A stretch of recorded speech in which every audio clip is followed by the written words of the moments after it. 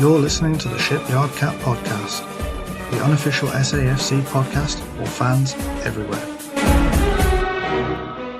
And welcome back to another episode of the pod. We're here today to discuss that, I would say, somewhat phenomenal draw with 10 men against Aston Villa, where the game finished 1-1. And we'll break our thoughts down on it, because I know me and Kev, if Robin was here as well, he'd probably say the same thing. There's a certain person that came out on social media today and had a little whinge, but we'll cover that as we get to it. Breaking it down with me is Kev, of course. Robin, we're wishing you still the best, because we know you're still a bit poorly, and hopefully you'll be back on your feet soon. But Kev, welcome. How are you doing? Yeah, good, mate. Like you've just sort of said pretty well. Class that as probably a bit of a win, really, given, 65 minutes, give or take, with 10 men against a team of technically 11, maybe 12, if, we go on the referee's decision making for some of it. To be honest, I think the lads did really, really well and actually should be really proud of themselves for not crumbling. And fair play to Regis for almost like not parking the bus. Obviously, Yeah. we'll talk about our game, but over the weekend it was quite, a lot of red cards given out, and there's a lot of Enzo Maresca hate online at the moment for obviously his decision when Chelsea went down to 10 by, tactically parking the bus. But yeah, I think Regis had a game plan and stuck to it, and it worked. Indeed. Let's kick off straight away in regards to, obviously, we'll talk about the big decision straight away, the red card. Obviously, I think we've seen very mixed comments online of it was never a red card because Matty Cash pushed him over first, and then others that have got, I don't want to sound rude, but the ones that have got the sensible heads on will be able to see, yeah, it's a clear red card. He kicked out back after Matty Cash pushed him over. Matty Cash knew exactly what he was doing. He's trying to do it all game, but at the time, Mandava was just saying, no, I've got the better of you with this entirety of the game.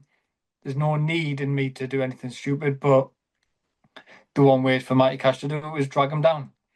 And then obviously Mandava kicked the wrong ball. Yeah. Your take on it, Kev? Yeah, I mean, silly red.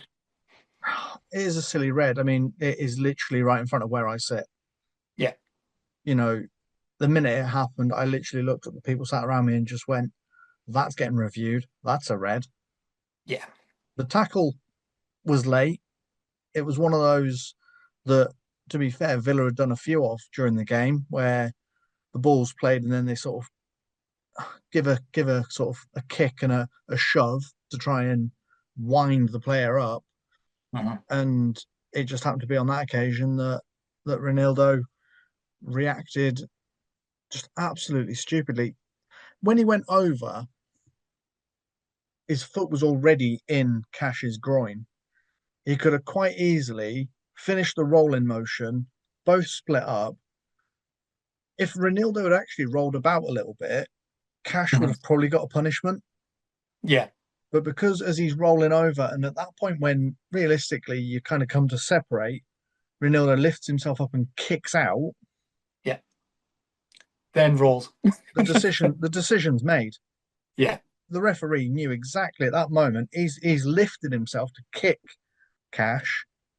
Yeah. You're getting a red. And there was no hesitation. The referee literally let them finish up rolling about on the floor a little bit. Ronaldo tried to say, oh, my ankle's hurt. Look, he's kicked me. Look, he's kicked me. Unfortunately, your actions, it doesn't matter if he's kicked you or not. You're going down the tunnel. Exactly. So, of course, he's already halfway down the tunnel eventually. And then it comes up on the screen, decision stood by violent conduct, which is a 3-game ban. So not only has he affected us for this game, he's probably cost himself a position in the squad before the next international break. Exactly. And it's something you did mention too on the previous pod, saying as long as nobody plays effective silly buggers, we should all be in a fit well of health. And I said, I don't think that's going to happen. And lo and behold, it has happened. The way I look at it, for me, I sympathise with Ronaldo in a way, because obviously he has been thrown to the ground.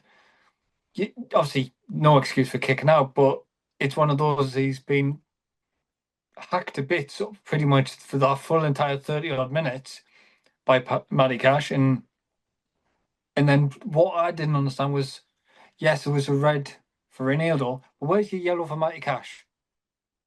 because You of the should have way went it off the ball, should have went regardless if it's a red, to me anyway, yellow card. I think because of the way Ronaldo reacted and behaved, Yeah. the referee's decision at that point was one decision and one decision only. Mm-hmm. Um, we could talk all night long about poor officiating. Yeah. There was a lot of antics Mm-hmm. that they got away with. Yeah. McGinn throwing himself around on the floor all the time.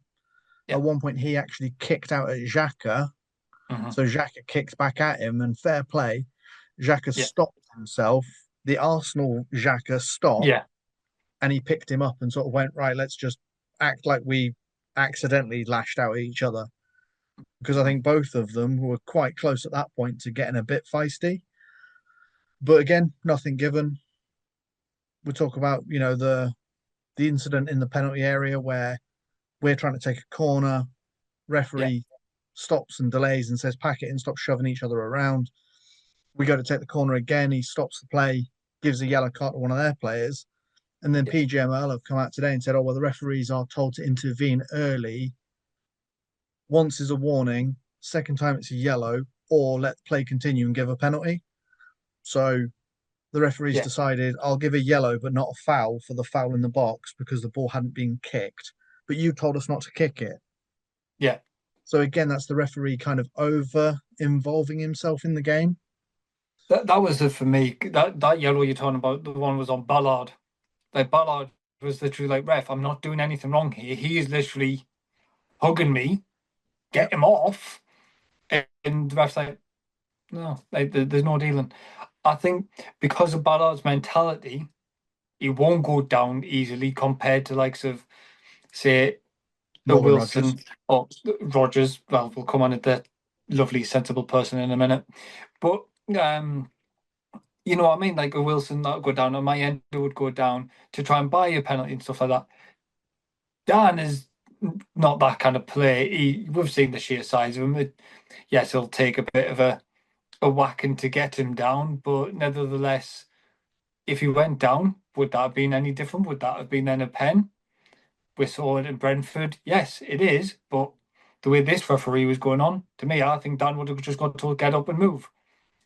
That's the problem for me. I think the way the referee was officiating that game, Yeah, it would have probably been get up, retake the corner, get up, retake the corner. I don't think he would have given a pen. I think it would have taken a lot for him to have given a pen because his decision making had been turned from the 35th minute with the red card. Um, exactly. it's yes, it's absolute stupidity from Ronaldo to go and get that red. Like I said, we've covered that. Yeah, But then of all the goal scorers for them, it's Matty Cash, yeah, who I'm sorry, other than that shot, which was probably a bit of a hit and hope, yeah, actually wasn't all that. I'm sorry, Villa exactly. fans, and I'm sure we'll probably get some listeners of theirs for this, but genuinely, they need more work. That team is weaker than the team they had last season, yet they've got Sancho, Watkins, Cash, Yeah, Morgan, like, or Rogers, sorry. Do you know what I mean? They've got a team full of all this talent, yeah, but they can't do anything with it. It just seemed, for me, and you hear it a lot where people are like, oh, it's harder to play against 10 men. For me, they played no better when they played mhm. against 10 men. That was It, it. That I'll agree with you. That this is a former, what I think last year quarter finalist in the Champions League. yeah, So there were I'm going to say it because at the minute they're not, were a decent team. As you said, they've put extra additions in there to strengthen, and the people that they've used to strengthen should be playing us effectively 10 men off the park. Sancho came on, and to me, without sounding rude, and if when Robin does listen to this, he'll probably laugh at me. But Sancho played like a League One midfielder. Like he was non-existent for me. Like, where's this world-class starter who shone at Dortmund, got bought by Man United, to me, flopped at Man United, went back to Dortmund, flourished again, and then just couldn't do it again now in the Premier. It's just stuff like that was annoying. You mentioned people diving on the floor, especially like I want to use McGinn first of all. Is I'm sorry, the strength of McGinn should not be getting pushed over by Talby. That But because you saw Talby's face just be like, "What are you doing? Get up!" that's what he's good for. I'm not Yeah, being disrespectful to him or anything like that, but Villa players didn't like being pressured. So as soon as the pressure got hard, yeah, they fell over. And every mhm, time they got the decisions. And that's where the referee needs to kind of understand you can't do that. You can't be, oh, when they push a Sunderland player over, play on. When yeah, they get pushed over, give them a foul. I get it. Sometimes we're our own worst enemy. We'll go over, we'll turn around, we'll look at the referee, we'll put our arms up saying, Ref, I got fouled. And the ref will yeah, go, get up. No, you didn't. But three, four, five times, Rodgers tried to mhm, get a free kick or a penalty in what I would call the danger area, yeah, and the referee gave nothing. mhm, But why aren't you then warning the player for his behaviour? You know, exactly. there's Yeah, a real lack of consistency in that side of it, and you know, I'm sorry, but they got it wrong. mhm, They had a man advantage for most of the game. yeah, The only thing they were better at us at was possession. yeah, They had less shots on target, less opportunities. All they really had was a lot more passing. yeah, And I think, to be fair, we were happy with that. yeah, You exactly. know, Yeah, and I think it was what 69 minutes in total. We were down to 10 men, so over an hour of 10 men, and then obviously, yes, obviously, as you mentioned there, we'll touch on the goals, and then obviously we'll talk about Morgan Rogers near towards the end because I don't want to give him the airtime that he deserves. But so obviously, as you said, a hit and hold from Matty Cash. Obviously, Roosters came out himself and said, I should have done much better than that to save it. But I think what's happened is if we think about it, when the wind circulates in the stadium, it can cause havoc with the ball. And as Robbins talked to us off pod, those balls, if you put a lot of whip on it, it will bend and it'll turn, it'll do whatever it needs to do. And I think that's what beat, obviously, Roos, who had it for me, once again, another phenomenal performance. He got down to the balls. His delivery was hitting once again Enzo's feet, everything like that. And then to top it off, 10 men, lovely ball into the box, cleared away, and then Shaka with the deftest of headers. I wish I was sat next to you for this game because I literally said to the person next to me, "That's a goal." Like what? I was like, "That Xhaka header leads to a goal," and lo and behold, the ball went in the back of the net.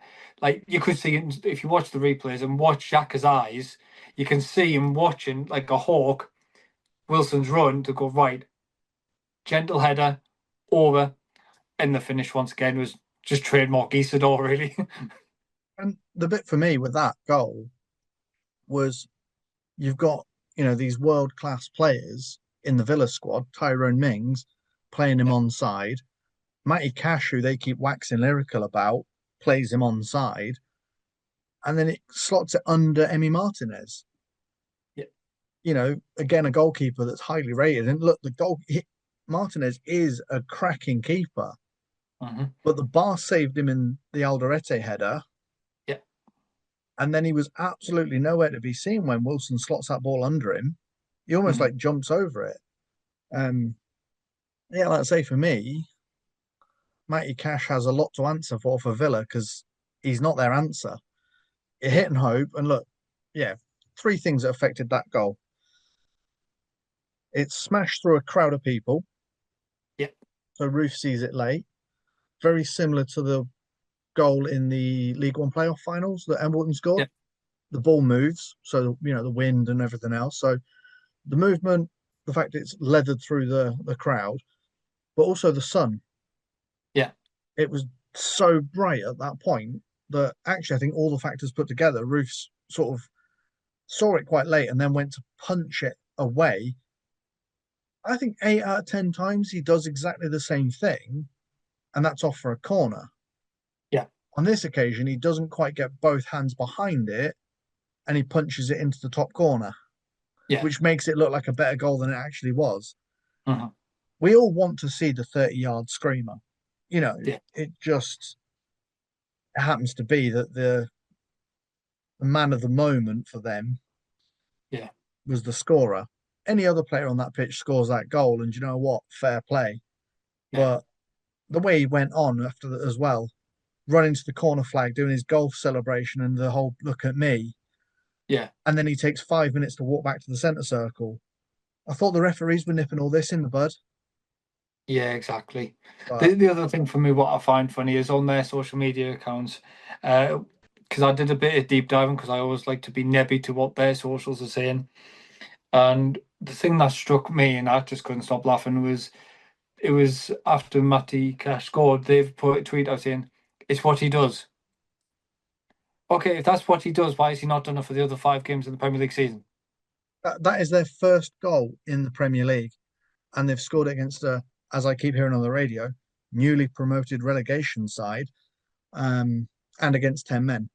I'm Exactly. sorry, but do better, Villa. Do better. Exactly. And especially with those players, don't get me wrong. I don't know if you were in a similar vein. Only reason being it was 10 men. The strength they've got, you'd have thought, you know what, this might be a drubbing now because the fact being they've got the ammunition, but they just didn't pressure at all. The biggest pressure I saw was us. The in-swinging corners were causing Martinez all worlds of problems. The throw-ins, like, I'm sorry, the Mukiele, have you got a rocket under there? Are you now the new Rory Delap? Like, what's going on? Like, I've not seen like long throws like that for a while from a Sunderland player since then. And I think that's what we've got to use now as weapons going into, say, the big games against some of these opponents. Like, so obviously, I know we're going to cover Forest later on in the week, but I think that's going to be a good vital weapon to use against likes of a Forest. 100%. Um, Take that for me. We need to take that result and give it the respect it deserved. To yeah, spend that long, a man down, and decisions were going against us. I'm not just saying that because we mhm, drew, yeah, but that stays 11v11 without the stupid decision making. We probably win that game quite comfortably. yeah, They looked a better side when they made their substitutions. So for me, the manager needs to look at what he's doing and reassess. They brought on Daniel Marlin, ex yeah, Dortmund. They brought on Harvey Elliott, ex yeah, Liverpool. They brought on Jadon Sancho. Do you know what I mean? They brought on some very talented players and actually looked a better squad than the ones that played for 60, 70 minutes yeah, before Matty Cash's hit and hope. And, exactly, you can talk about player ratings and match stats this. I just don't think it ever really matters at the end of the day. XG this and XG that. exactly.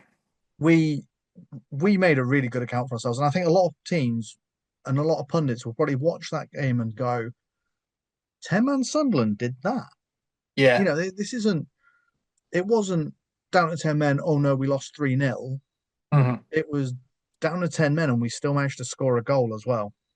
Yeah, the one thing I'm going to touch on, the reason why I've left it to like after we've talked about the goals and stuff, and you loosely touched on at the beginning there in regards to Reggie making these decisions and stuff like that, not to park the bus and things like that. Reason why I've left it to now is one thing I really enjoyed and I liked about his decision making. He let the game go for a further 5 minutes before making the decision. Went right. Let's see what my lads can do now they've got 10 before I make a change. And then don't get me wrong, it's sad to see obviously Riggy having to come off because Riggy was having a decent game for me. He was playing some decent football, But what I liked though was the fact, as I say, is Regis was like, right, hmm, what can I do to change this, but at the same time be impactful? And bringing on Ballard to me did the job because the fact being Ballard's a force in the air and a force at the back, and I think that's what proved pivotal in that game. Obviously, to me, I said Ballard for me was possibly the man of the match, but at the same time, Yuki Ailey was an absolute machine. Yeah, So for me, Nordy wins man of the match for that all yeah, day long. You know, between him and Siddiqui, yeah, everything was covered.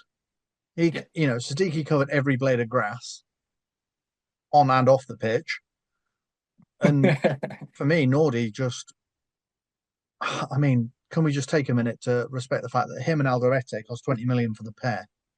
Yeah, Like, I'm sorry, but what a bargain!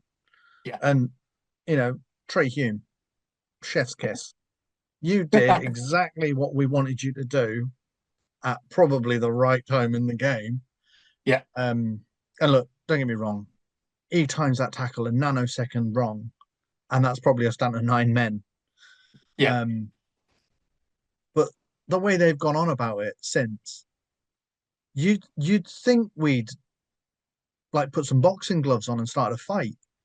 yeah, Like, yeah, for me, we deserved more than a point, but let's take the point. yeah. Indeed. Yeah, you just touched on there with Trey's wonderful tackle. I think he's added another one to the Barrett and Diaz list, wiping somebody out. I would love to hear his comments about that one because I don't think there'll be as what he said on the final, but I think it'll be something along the lines of what he said. But Rogers has came out, obviously, we know that on social media saying it's nice to see that a horrific tackle is getting all the views and stuff like that. That's why you play football. Some will go your way, some won't. Get on with it, move on. Because you haven't won, you are a salty piece of mess. That's the truth for me. I'm not. I was when I watched, I was like watching Trey's tackle. I was like, that's something to what I would have done, but I probably would have done worse to Rogers back in my day if I played, because if I used to go in 2 feet. But I mean, can I be the critic here? I want go for it. everyone who listens to this pod, do me a favor, watch it back slowly, right? Okay. Rogers actually moves himself towards the tackle. Yeah, Hume clips the ball. I mean, to be fair, it's a toenail. Like, yeah. do you know what I mean? A blade of grass probably had more contact with the ball than Hume did, but it moved the ball. That's the key thing. The ball moves.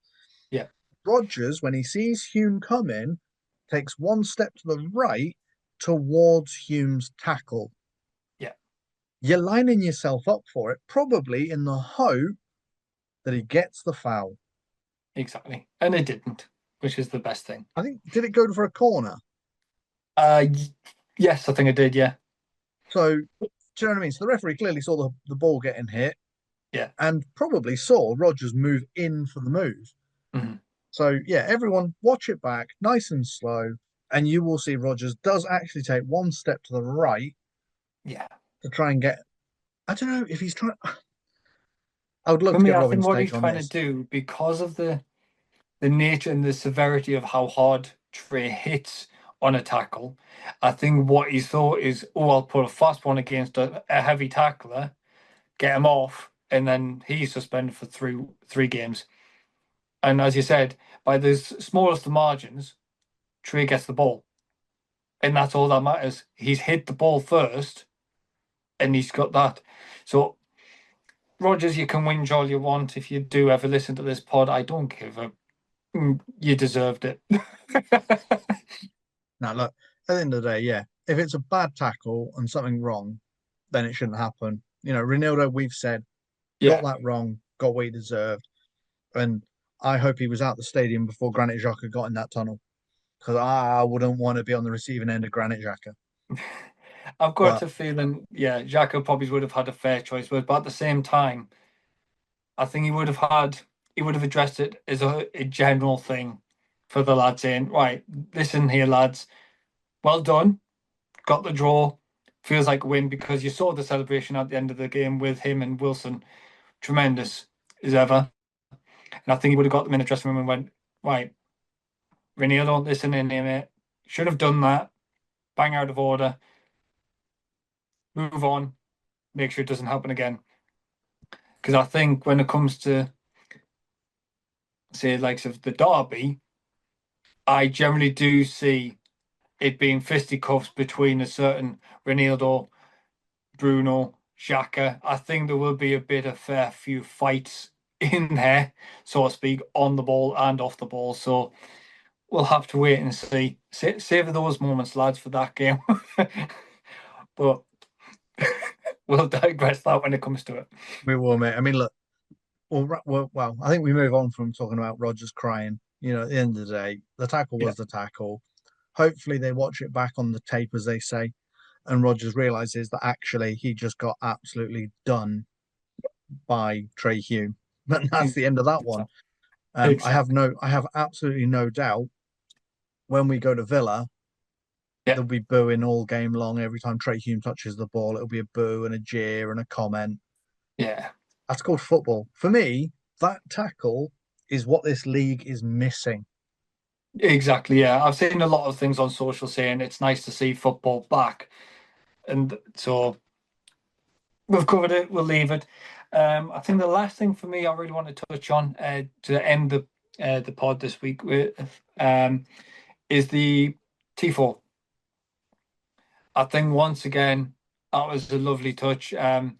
Those that obviously follow us on socials did put on our Twitter X feed, whatever you want to call it these days, saying obviously Cancer has no colours in honour of obviously the Bradley Lowry Foundation. I think they did like a couple of our tweets anyway, but I think that was just a lovely gesture, and the program it speaks volumes itself. Uh, Kev, your final thoughts on that, mate?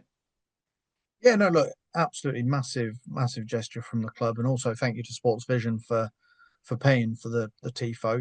It's they didn't have to do that, and obviously then the funds that had been raised for that tifo have now been downloaded to the Bradley Lara Foundation. So I think that's a cracking little gesture. You know, there's no profit being made out of these displays. It is all going back into the club, and when you look at the way it kind of just fits in with what we're trying to do. We're trying to deliver that positive community message.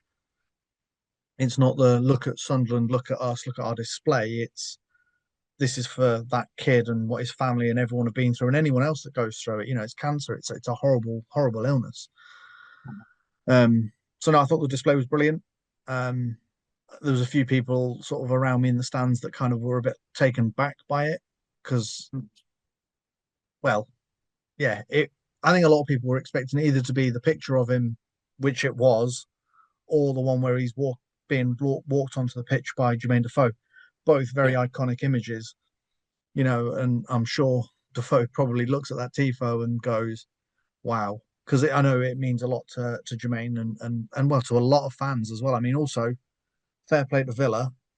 Rivalry aside or match aside, it's not a rivalry, but they had coaches, fans full of coaches full of fans coming up with Cancer Has No Colour flags as well. So yeah, yeah, and during that moment of the players walking out, every single Villa fan was stood up applauding as well. yeah, So yeah, for me it was a massive gesture, and hopefully that moment stays with a lot of people. Obviously, yeah, we know how much Bradley and his family meant to us and Everton. Obviously, when that game comes around, I suspect there'll probably be something there as yeah. well. Yeah, it was a nice touching moment, and obviously, in a way, it's a shame Jermaine wasn't there to see it in the flesh because obviously he's with Super Kev over in Kansas doing the Premier League weekend. I think what was really good is that apparently it was a sellout over there for what they were doing. So good scenes, and it's nice to have two legends of the club, as it may be, celebrating obviously a decent draw, and Kev even giving his own comments saying it was a great result. But no, Brilliant all round. I think I've covered everything off this week. Kev, have I missed anything that you can think of? I think the only thing really that just is the fact that, again, well done to Wilson Easterdahl. That's Hmm. 3 goals, 3 games, all at home. Um, one of the big concerns fans had this window was, oh, we didn't bring in an established striker. Obviously, I know we've now brought in Robbie, but Yeah. actually, so far, Wilson's proven he can take that step up.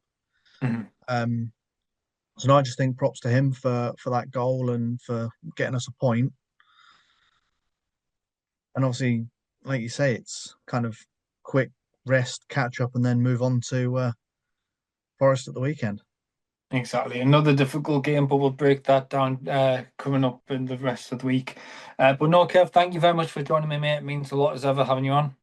Yeah, no problem at all, mate. I'm gonna have to bring more bottles of water with me when I do these pods because obviously where Robin normally talks a lot, Yeah. I'm having to fill in here, and it's actually quite hard work.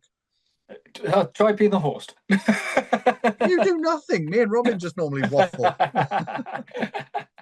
Exactly. That's why I need about 3 bottles of water. But no, mate, nice one as ever. Obviously, we've said our bit on Robin getting well soon. Everyone else, thanks for listening. It does mean a lot that you guys take a part in this and liking it and sharing it with everybody as well. So great job. And as ever, everyone, we'll see you on the next one.